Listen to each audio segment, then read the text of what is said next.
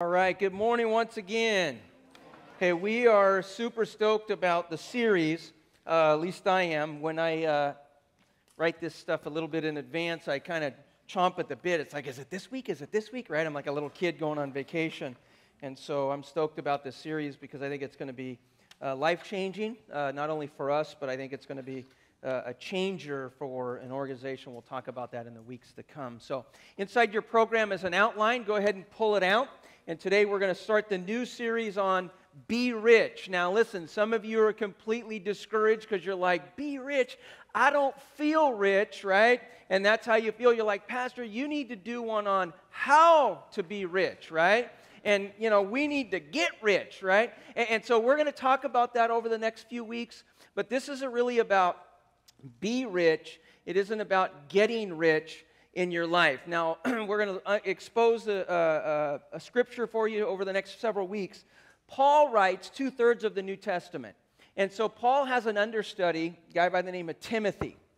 And Timothy, Paul instructs Timothy, and he says, here's what I want you to do, Timothy. Listen, when you're out and about, you're going to find people who are believers in Jesus Christ, and they're rich. And I want you to tell them how to be good at it.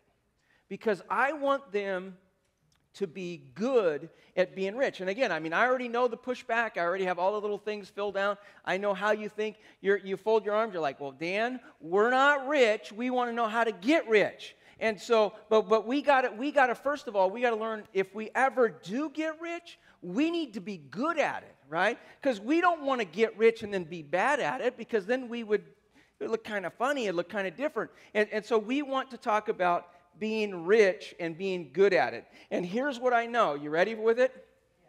Here's what I know. You may have met some of the same people I know. Of course, none of us are wealthy in here. But you ever run into a rich person and you meet them? And what's interesting, this is true. This is true. I mean, if I'm lying, I'm dying, right? And so I met this person. And I leave, and I'm like, that dude's kind of weird. He's strange. And then later, his friend told me, I said, what's up with your buddy, man? The guy's a little, it's like, he's rich. I'm like, It explained everything. As soon as I knew he was rich, I knew. I just was like, made perfect sense, right? And see, here's what I don't want, because I love you guys. I don't want you to become rich down the road and then have someone meet you and someone go, man, she's goofy, right? Right? I want you to be good at it so that when you are, they won't even know it. And they'll just look at you and think you're normal. Well, maybe not. Anyhow, you know what I'm saying, right? Play along with me. We're working with it all we got. So let's take a look. Number one in your outline. The first one is this. Wealth has crazy side effects. Now again, we're all sitting in here, we're all like going, man, but just go with me, because I think you may have met some wealthy people, and when I disclose it to you, you'll go, now I know. Now it makes complete sense to me. And so wealth has a way of having some strange side effects. Let's take a look at a couple of them. Letter A in your outline is wealthy people often live in a state of denial about their wealth. Often, they don't even know they're wealthy. Right? And again, I mean, we're sitting here and we're like, if I was rich, I'd know it. And I know, because I look out and you guys are like the sharpest looking people I've seen all day today. And you would get it. You would understand it. But there are people out there, and every day they wake up, they're wealthy. They don't even know it. It's like there's like a line that's invisible to them, and they cross over the rich line, and they don't even know it. And they're walking around, and they're just kind of him-hawing around. Let me share with you some studies on this. Gallup did a study. He asked the American population, he said, the question was this: how much money would you need to make annually to be considered rich? And the number, the salary was, and it could be individual or dual income family, was $150,000 annually. That's what everyone said. If I made $150,000 a year, I'd be rich. right? Now, don't play along with me yet here. Just kind of hold back. So then they went out and they found people who made 150 grand a year, and they asked them, "Do you feel rich?" And guess what the response was? No. See, they're rich and they don't even know it. So then they went out and they found people who made $30,000 to $34,000 a year. And they asked them, they said, "How much money would you need to make at your job in order for you to be considered rich?" And they said $75,000. $75,000. And so you know what they did? They went out and they asked people who made 75 grand a year, they asked them, "Do you feel rich?" And guess what the response was? No. See, it's just kind of a weird thing. They're rich. They don't even know they're rich. So then Money Magazine did a study. And they asked their readers, they said, how much money in liquid assets, okay, in liquid assets, how much money would you need in liquid assets to be considered rich? And guess what the number was? Anybody want to guess? $5 million. Okay, $5 million. Now, I'm telling you, right? You know some of these people, they're weird. And when you leave here, you're going to go, I'm telling that I know, Pastor Dan said, that guy's weird, right? And here, just sit here. So if you went out and asked somebody who had $4 million in liquid assets, "Are you rich?" You know what they'd say? No. Imagine that. I mean, I can't even get my mind around that. And here's why. Wealth does a weird thing to you. It just has strange side effects. And it's like a line that every time you take a step, it moves. And you get a pay raise, it's not enough. You get an increase, not enough. You get a promotion, not enough. Your kids move out of the house, hallelujah, it's not enough. Right? It's never enough. And because wealth, and I'm just telling you this, none of you are there, but I'm just telling you this, I want you, if you ever get there, I want you to be good at it. And I don't want you to have someone go, "Well, that's why he's so weird, because he's rich." I don't want you to be weird and rich. I want you to be good and rich, all right? Are you with me? Letter B is nobody's wealthy, but everybody knows somebody who is. Not true? Right? Nobody's wealthy, but everybody knows somebody who is. Someone says, "Hey, you rich?" "Nope, but let me introduce you to my buddy. He's rich." Right? You're not rich, but you know you got somebody in your family, somebody in your circle of influence who is extremely wealthy. Letter C. Here's another thing. Wealthy people are plagued by discontentment. I'm just telling you, this is going to be a hard one for you to get your mind around, because all of you are sitting here today and you are so content with what God has given you, you can't even stand it. And you're sitting here today and you're thinking, "Pastor, how could that even be? How could they want more? When they should be satisfied with what they have." And I'm just telling you, I met rich people, and there's some strange side effects that take place in their life. And it's kind of like, and my wife pointed this out a few months ago, she said, "You know why you eat so much ice cream?" And I said, "No, why?" And she said, well, she said a lot of things, but I can't say it in church. But she said, "Because the sugar in that makes you crave more sugar." And I'm like, "Oh, is that why the bowl's never big enough?" Right? They don't sell it in big enough containers. She said, "Yeah, that sugar creates a hunger for more." And I was thinking that the other day when I was writing this message, and I thought, that's an example of wealth. It's like you have more and you want more. It creates an appetite in you to always want more. And again, I mean, we're sitting here today and we're like, "Pastor, I just need to know how to get rich. I don't need to be good about being rich. I need to get rich first, then I'll worry about being good." And I'm just pointing out to you, I don't want you to be bad at it. I want to make sure you get it, so that when you get the money, you're going to be good at it, and you're not going to be discontent with the things that you have. Let me share with you a couple ideas. And again, you'll wonder, who does Pastor Dan know? And that's what you're going to ask. You ever heard the word upgrade? Anybody? Strange, it's a weird word. But listen, check this out. That means that they have something that works perfectly well, wealthy people, and they get rid of it to get something that they think is better. Now, you're sitting there and you're going, what? Here's an example. It's crazy. They'll take a car that's perfectly good. And again, just play along. You got to use your imagination to get your mind around this. They'll buy a car or have a car that works perfectly well. Good tires, good motor, good everything. And they'll drive it into a dealership, a car dealership. And they'll trade it in. Hold on. Check this out. They'll give the dealership that car and more money. Can you even imagine? And here's what's even weird. When you trade in a car, there's like a sales manager that comes out, and they evaluate that car.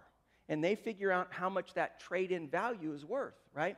And here's what rich people do. Again, we don't know, we can't even just go along with me and hope for the best, and maybe at the end of the day you'll get your mind around it. But they'll stand and argue with the manager that their car is in excellent condition, so they get top value on trade-in. Now, I know, you're sitting there, you're going, Pastor, tell me something that I know, because this is so far from where I'm at, I don't even get it. And so 53% of cars are in good condition, 10 to 13% are considered in excellent condition, and they'll drive a car in that runs, that like, whoom, starts, it has doors that close, windows that go, they'll drive it in. And they'll trade it in, and they'll give the dude money, and then argue that their car is in excellent condition. And I'm telling you, that when I meet these rich people out there, you just scratch your head and go, that is weird. Why would anybody ever do such a silly thing as that? And then here's what's even stranger. Sometimes they'll drive the same car, and they'll drive, and they leave with the same color. I know, you're going, no way. I know these people. And they leave with the same model. It's just newer.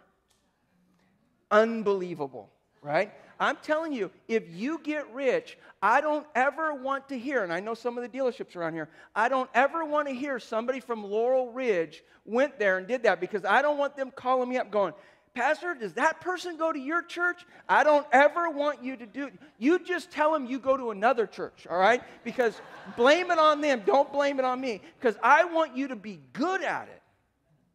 Another thing, this, again, we don't get it. It was on the news the other day. I can't say the name of the store, but it has to do with a fruit.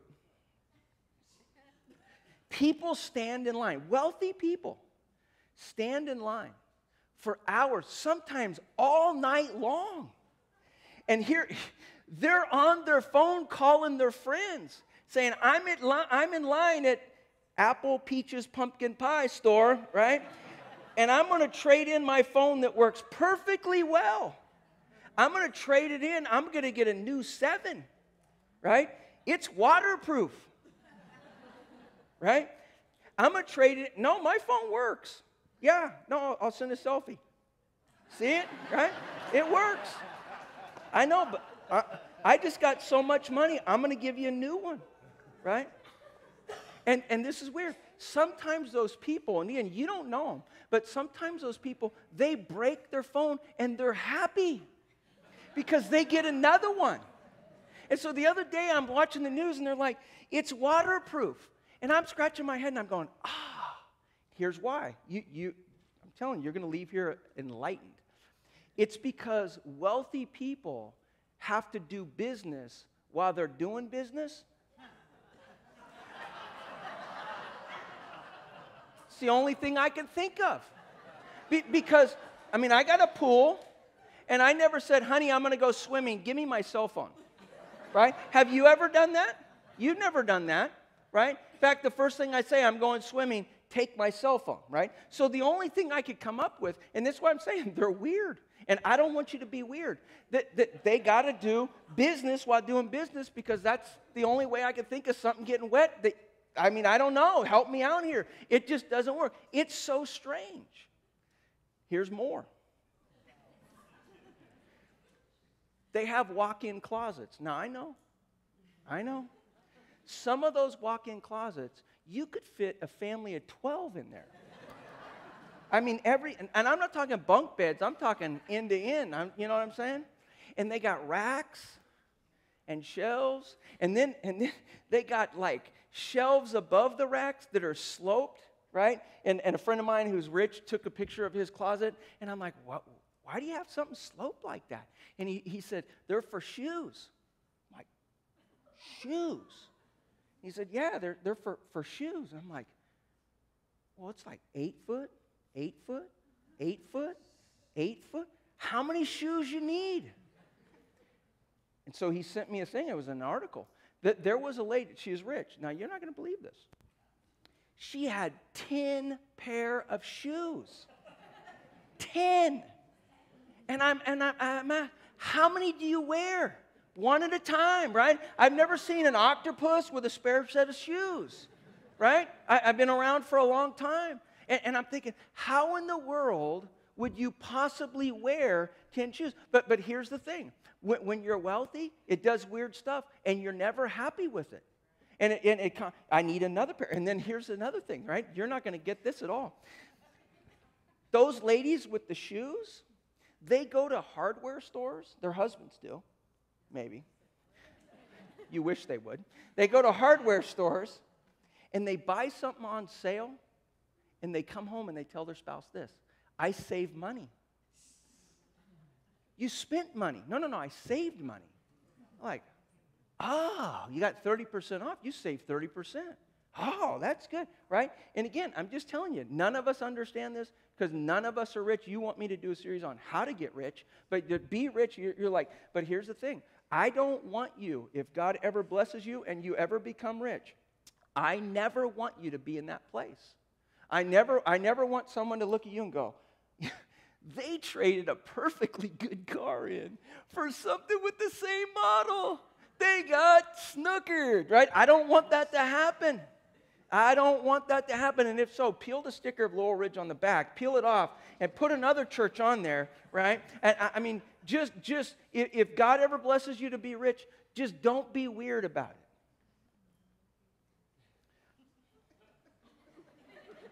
1 Timothy chapter 6. Verse 17, Paul writes to Timothy, and he says this: command those who are rich in the present world, and he to instruct them, right? A command is to instruct them that they are to be good, which we'll see in a moment, that they are to be good at being wealthy. And the implication is that wealth has a strange effect on people. Not only does it cause them to do kind of strange things, but it also adversely affects their spiritual life as well, which is number 2 in your outline, and that is this, that wealth creates spiritual problems in a person's life. And Paul writes to Timothy, and he says, listen, as you come across believers in Jesus Christ who are wealthy, I just want you to recognize that wealth is going to do some strange things in their life. And it's going to affect them spiritually as well.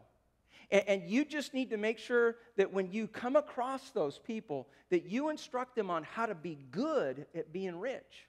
Because God may bless them, and He may bless them with wealth, and I just want them to be good at it when they get wealthy. I want them to understand that. And so he tells them, in verse 17 goes on, he says, command those who are rich in this present world not to be arrogant. The implication is that, and again, we don't know rich people. We have no idea. But here's the implication: that when all of a sudden when they realize that they're rich, they're going to be filled with themselves. In fact, here's what's going to happen: as their income value raises, they actually think that they are smarter now because their bank account got bigger. And they're going to think that they're the smartest person in the room. And you say, well, why are you so smart? And they say, well, because I got $50 in the bank. You're like, whoa, no kidding. You are a genius. And here's what Paul knows about the world, and it's true in our culture. And the world looks at those people, and they go, they're really smart. Well, why are they smart? Well, they got a big bank account. Well, is that necessarily the same?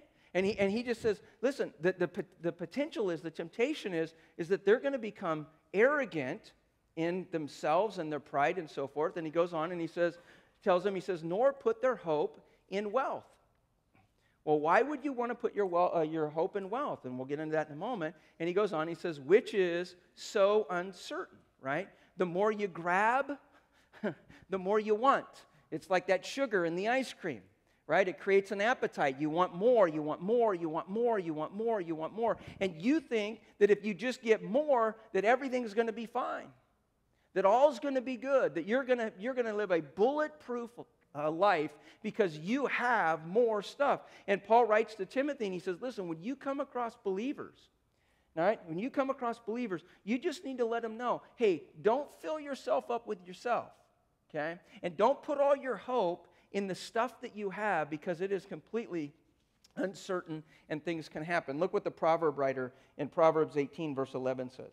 The wealth of the rich is like what is it? Like we don't really know what a fortified city is, but let me just kind of paint a picture for you. A fortified city would be a city that would have basically walls built around it.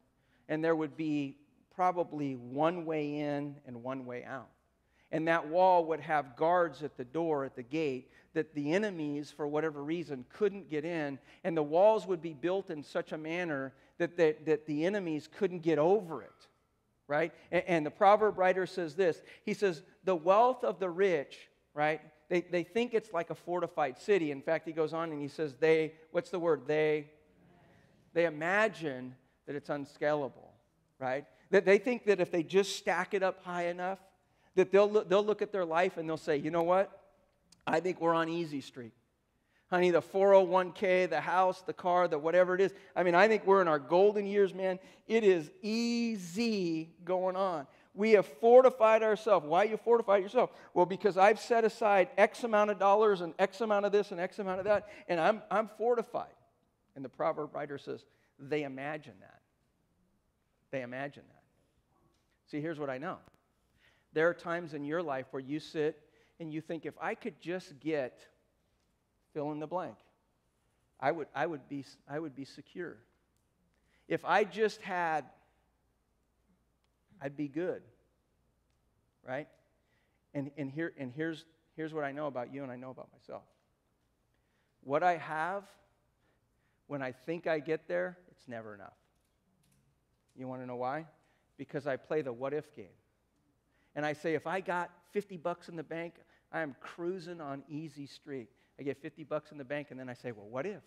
Well, what if the back tire on my car blows out? I got to get $80. I get $80, and I say, well, what if? What if I need a water pump? Right? And it's always the what if, and it's never enough. They imagine their security, but when they get there, they never experience the security. Right? You with me so far? Verse 17. Back to verse 1 Timothy. He says, but put their hope in what? God. In God, who richly provides them with everything for their enjoyment. Right? So he says, listen, don't become arrogant in your wealth. Don't think that you're the smartest person in the room because your income has increased and you got a pay raise and so forth. Don't think that way. Don't put your hope in something that could be pulled out from under you. It's just one illness away. It's one economy crash.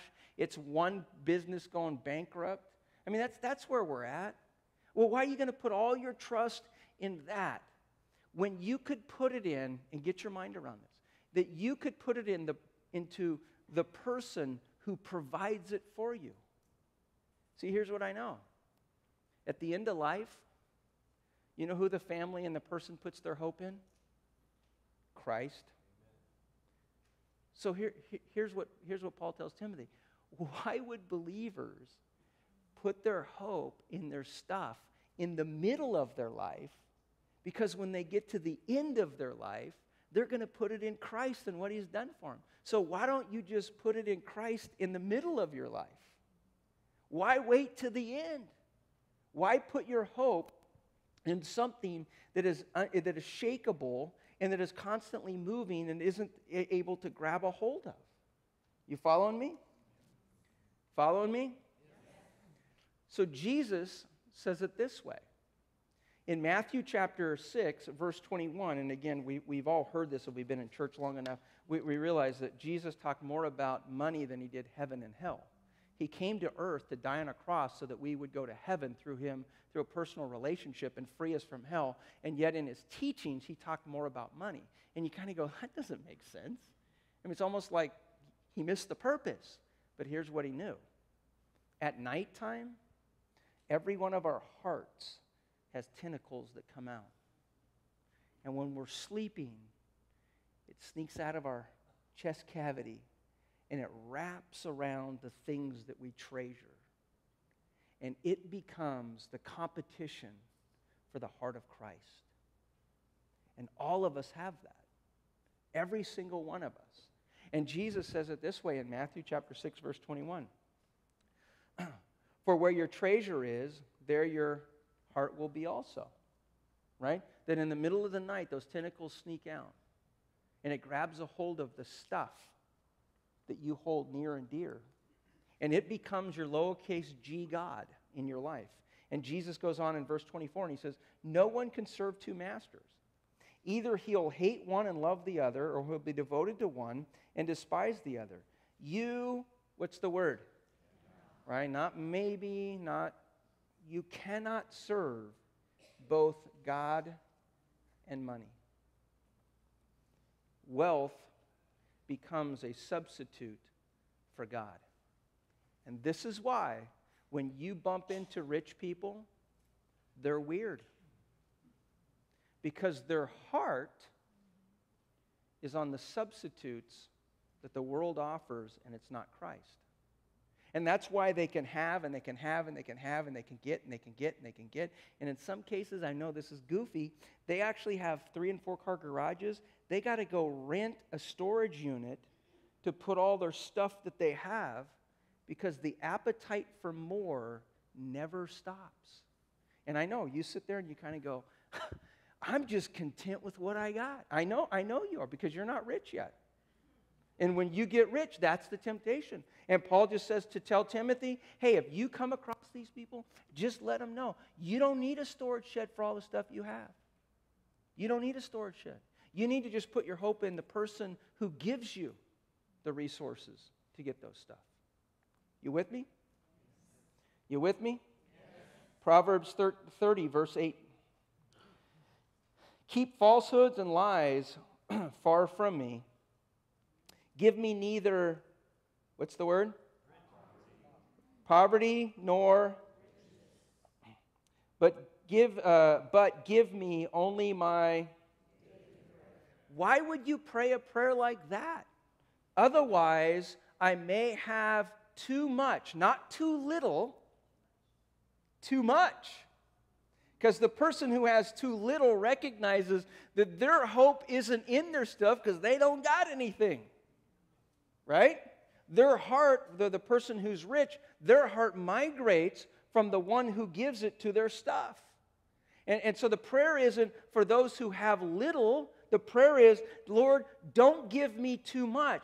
Well, why would you pray that prayer? Because and he goes on, he says, that I may have too much and disown you and say, who is the Lord?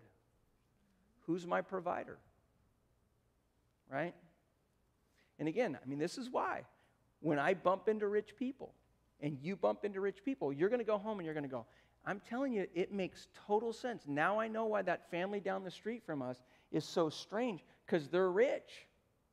And they're never happy with what they have. They never acknowledge their wealth. They never realize it.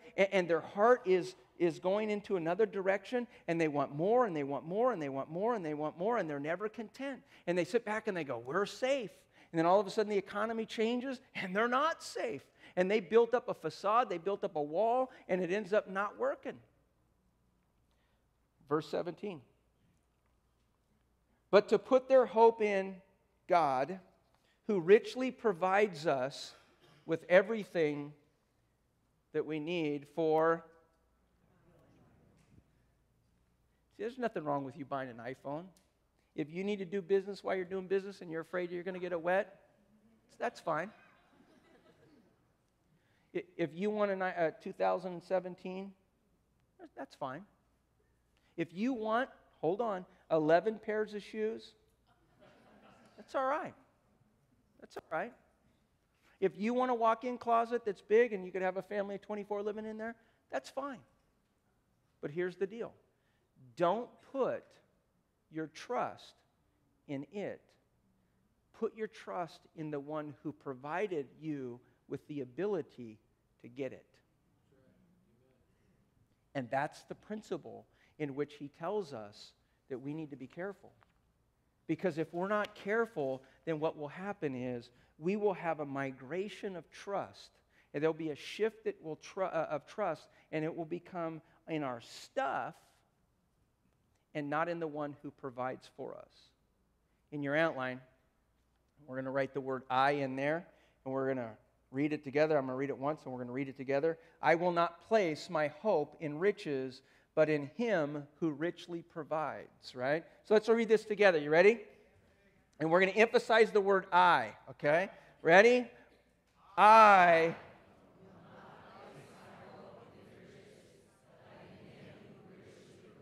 Now read it like you mean it. One more time. Ready? I.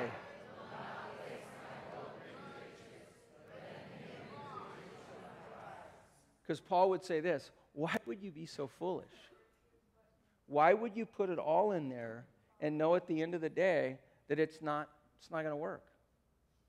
Why would you wait at the end of your life and put all your trust in Christ when in the middle of your life you could trust him now? Why would you do that? How foolish would that be? How silly would that be? But again, here, the temptation is that because wealth, it takes us and it causes us to do silly things and crazy things, but it begins to cause spiritual problems in our life as well. Letter B in your outline is this. Wealthy people often get distracted from true priorities. Wealthy people oftentimes get distracted from true priorities in life. And again, we sit back and we kind of go, how is that? And again, none of you are there, but I'm just going to tell you every once in a while, I bump into these people, and here's what I know, that you're going to go, I don't understand it. They actually have a house that they live in. Check this out. Hold on. And they got another house. I know, you're thinking, why would you want two when it's hard enough to keep one, right? I know that. But they actually have another house. And here's what they do. On the Lord's Day, they actually leave their house that they live in, and they go away to the mountains or to the lake or to the river. And you know what they say? They say, I got to get away, right? And here's this is like crazy. They're distracted from worshiping the Lord. They're distracted from focusing on the Lord. And here's the silly thing they don't understand. They're their problem. And they take themselves to there. And they have the same problems there as they do here. They don't know that yet, right? And if they ever show up in church, we'll tell them that, right? But they don't know that, but they actually do that. And I know what you're sitting there, you're thinking, you're like, Pastor Dan, I need to hang out with you because I don't know any of these people. I've never heard of anybody trading a perfectly good car for something that costs them money. I've never, somebody with 10 pairs of shoes, you're talking about ladies, right? And I'm like, yeah, ladies. You're like, I don't know, where do you know these people? And if you just come to my office on Monday, well, I'll tour you around and show you. They live in your neighborhoods. They don't live on the other side of the hill. They actually live over here. I know. You don't even understand it, and you're saying, why in the world? But here's what happens. They get distracted from what matters the most. You know what? This is weird. They'll actually tell their kids they can't eat dinner with them. I know, this is like, because they got to make money to get more stuff. I know, you're going, how could they do that? How could they do that? And I totally get it. They actually tell their kids, serious, we can't go to back to school night. Well, Dad, why can't you go? Because I gotta make money so we get more stuff. And I know you're sitting there and you're going, are they even fit? I know. It's difficult to grasp. But that's what happens, and that's why wealth does weird things to people. And I'm just telling you here today because I love you guys. I love you. I'm praying that you become rich, but I don't want you to be bad at it. I want you to be good at it. So when people look at you and they can go, hey, that person's rich, they're good, and they go to Laurel Ridge Church. Pastor Dan leads that church, right? That's what I want to hear. I don't want them to say, hey, they're rich, they're weird, and they go to Pastor Dan's church, right? Don't throw me under the bus. I love you guys. Don't do that. But I want you to be good at it because someday, you may be rich. Verse 18. Command them to do, what's the word? And to be rich in deeds, not assets. And to be and willing to verse 19, and in this way, and we'll unpack this in the weeks ahead, and in this way they will lay up for themselves, they will lay up treasures for themselves as a firm foundation. The implication is when you do it with the wrong motives, it's not a firm foundation. For the coming age, so that they may take hold of life. And just pause. The hunger for wealth is a lie. We believe, and we'll see this next week, that wealth will give us what only God can give us. And what Paul's point is to Timothy is, they think that they're living large. They're not. And when you have the right motives and the right frame of mind, and you're trusting in the person who gives you the assets and the resources to buy the stuff, then you have a house or a home or a life that's on a firm foundation, and you take hold of life. And look at what the verse goes on to say, life that is truly life. Here's a take-home truth. We need to understand that we have a greater responsibility. And we've had fun with it today, and that was the whole purpose of it. And because here's what we all know. Because God has blessed us with more than we need, and we are rich. We are a church filled with rich. Right? That is the truth. And because of that, and this is Paul's point to Timothy, because of that, we have a greater responsibility to do good, to be generous, to impact the community for the cause of Christ. And so over the next couple weeks, we're going to talk about one of the organizations that our impact team has partnered with. And they're doing a great work in the community. And we're going to take an offering. We're going to practice what we preach. Okay? We're going to take up an offering in a couple weeks to bless them because I want to practice on being good because we are rich. And we want to bless them because they're doing an amazing job in the community. They're making a difference. And the offering that we take is not for the church. It's not for Pastor Dan's retirement fund. It's not for his getaway to Tahiti fund. None of that stuff. That's a separate offering. And that's when you guys can't leave. The door's locked. You stay here. We shake you down. That's it. That's the way that works, right? But it's going to be an offering that we want to bless them because they're doing a great job, but more importantly, because we want to learn what Paul was trying to explain to Timothy, that we are a wealthy people. We are a rich people, and we need to be good at it. We need to be good at it. And we need to make sure that we don't circle the wagons and become arrogant and live our life for me, but that we live it for something larger than me. Look with me in your outline. If you make $34,000 a year, you are in the top 1% wage earners in this world. We hear politicians about soak the 1%ers, get them to pay for everything, And let me just pause and say this. If you make $34,000 a year in the world, you're part of it, so be careful. Careful. If you make $80,000 a year, you're in the top 0.1% in this world. We're rich. We have more than we need. In fact, be honest, you give stuff away to make room so you can go and buy more. Right? Right? And here's what I want you to hear. I'm not against wealth. I'm not against you having 25. I don't care if you could have 1,000 pairs of shoes. You could buy a new car every week. I could care less. But here's my heart. I don't want you to put your trust in the stuff. I want you to put your trust in the one who gives you the ability to make the money to buy the stuff. That's my heart. And if you have a stack as high as the ceiling, I could give a rip. But I want your heart to be focused on Christ. And I want you to trust in Him solely and completely. We're rich. We have far more than we need. We need to be good at it. Let's pray.